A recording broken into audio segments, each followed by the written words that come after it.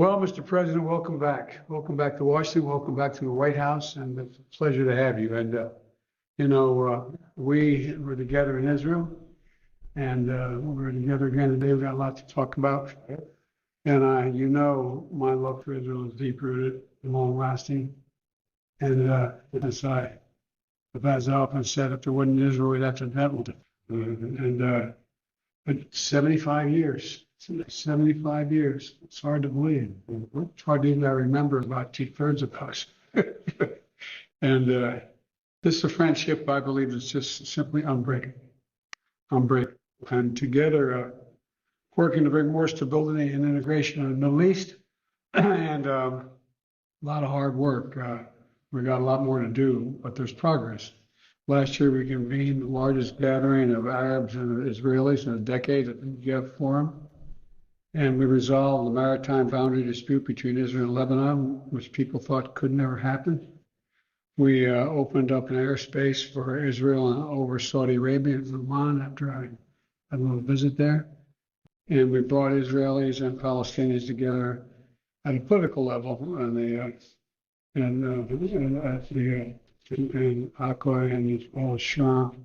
Yes. And as I affirmed to Prime Minister Netanyahu yesterday, America's commitment to Israel is firm, and it is ironclad.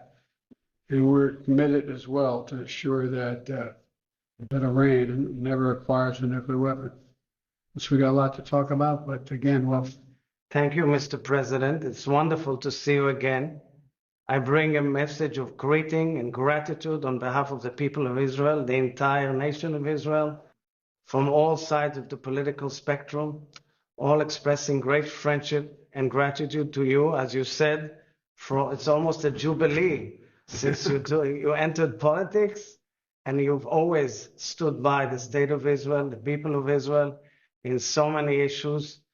And I was pleased to hear about your conversation with Prime Minister Netanyahu, in which you focused on our ironclad military and security cooperation, because there are some enemies of ours that sometimes mistaken the fact that we may have some differences as impacting our unbreakable bond. And I truly believe that had they known how much our cooperation has grown in recent years and it's achieved new heights, they would not think that way.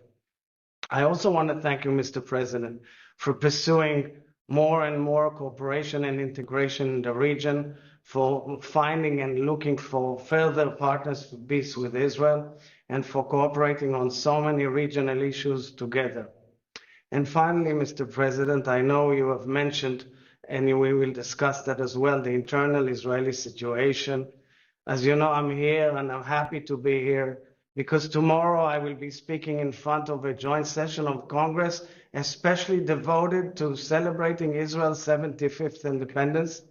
However, of course, my heart and soul is also in Israel, in the heated debate which we are going through as a society. It's a heated debate, but it's also a virtue and a tribute to the greatness of Israeli democracy. And let me reiterate, crystal clear, Israeli democracy is sound, strong, and resilient. We are going through pains, we are going through heated debates, we are going through challenging moments, but I truly believe, and I would say to you, Mr. President, as I've said it, as head of state to the people of Israel, we should always seek to find amicable consensus. And I agree with you on that as well. I'm pursuing it even in these very moments through my people as much as we can in order to find solutions and exit out of this crisis properly. Thank you, Mr. President, for your friendship, and God bless you. Thank you for your friendship, and we're allowed to talk. Thank you all very much.